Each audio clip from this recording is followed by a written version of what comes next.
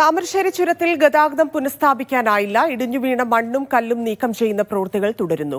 നിലവിൽ കുറ്റ്യാടി നാടുകാണി ചുരങ്ങൾ വഴിയാണ് വാഹനങ്ങൾ വഴിതിരിച്ചുവിടുന്നത്. ഫൈസൽ നെടുമ്പാല ചേരുന്നു. ഫൈസൽ, വലിയ ദൗത്യമാണ്, ഏറെ ബുദ്ധിമുട്ടുള്ള കാര്യമാണ്. എത്ര സമയമെടുക്കുമെന്ന് പോലും ഇപ്പോൾ പറയാൻ സാധിക്കില്ല അല്ലെ? എങ്ങനെയാണ് ഗതാഗതം നിയന്ത്രിച്ചിരിക്കുന്നത്? ധന്യ, തീർച്ചയായും ചുരത്തിലെ ഗതാഗതം പൂർണ്ണമായും നിരോധിച്ചിട്ട് ഏകദേശം 18 മണിക്കൂർ പിന്നിടുകയാണ്.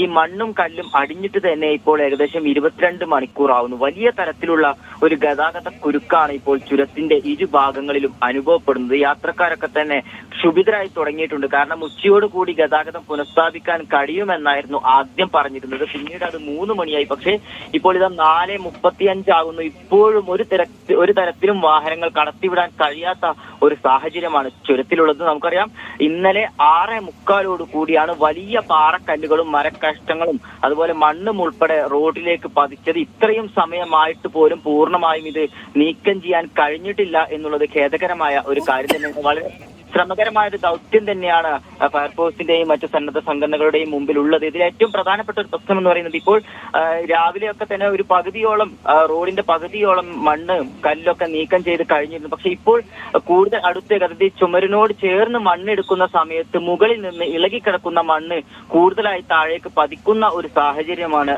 നിലനിൽക്കുന്നത്. ഇതൊരു വലിയ വെല്ലുവിളിയായി തന്നെ തുടരുകയാണ്. ഇത് തന്നെയാണ് ഇപ്പോൾ വാഹനങ്ങൾ ഒരു തരത്തിലും കടത്തിവിടാനുള്ള ഒരു ഭയം അത് തന്നെയാണ്. കാരണം ഏതെങ്കിലും തരത്തിൽ അപകടം സംഭവിച്ചാൽ ഒരു വലിയ തരത്തിലേക്ക് അത് നീങ്ങുമെന്നുള്ള കാര്യത്തിൽ സംശയമൊന്നുമില്ല. ഈ ഇളകിക്കിടക്കുന്ന മണ്ണ് ഏത് നിമിഷവും താഴേക്ക് പതിക്കാവുന്ന അവസ്ഥയിലാണ്. അത് മാത്രമല്ല, ഈ മണ്ണിനോട് ചേർന്നുകൊണ്ട് മണ്ണിനോട് കൂടെ തന്നെ പാറകഷ്ണങ്ങളും ഉണ്ട് എന്നുള്ളതാണ് ഇതിന്റെ അപകടത്തിന്റെ വ്യാപ്തി വർദ്ധിപ്പിക്കാൻ ഒരു കാരണമായി കാണുന്നത്. ഇത് പൂർണ്ണമായും നീക്കം ചെയ്യുന്നത് വരെ ഗതാഗതം പുനഃസ്ഥാപിക്കുന്ന കാര്യത്തിൽ തീരുമാനം ഉണ്ടാകില്ല എന്നാണ് നമ്മൾ ഈ അവസരത്തിൽ മനസ്സിലാക്കുന്നത്. എന്തായാലും പ്രവർത്തികൾ വേഗത്തിൽ തന്നെ പുരോഗമിക്കുന്നുണ്ട്. JCBയും ഹിറ്റാച്ചിയും ഉൾപ്പെടെ ഉപയോഗിച്ചുകൊണ്ട് പാറ പൊട്ടിച്ച് മണ്ണ് നീക്കം ചെയ്ത് ലോറിയിൽ, അതായത് കോഴിക്കോട് ഭാഗത്തേക്കും വയനാട് ഭാഗത്തേക്കുമാണ് ഇപ്പോൾ മാറ്റിക്കൊണ്ടിരിക്കുന്നത്. കൂടുതൽ മണ്ണ് മുകളിൽ നിന്ന് ഇളകി വരികയാണ്. അതാണിപ്പോൾ ഒരു വെല്ലുവിളിയായി തന്നെ തുടരുന്നത്. ചെറിയ മഴയും ഈ ഒരു മേഖലയിൽ നിലനിൽക്കുന്നുണ്ട്. എന്തായാലും എത്ര സമയത്തിനുള്ളിൽ ഇപ്പോൾ ഇത് പൂർത്തീകരിക്കാൻ കഴിയുമെന്നുള്ളത് ഒരു തരത്തിലും നമുക്ക്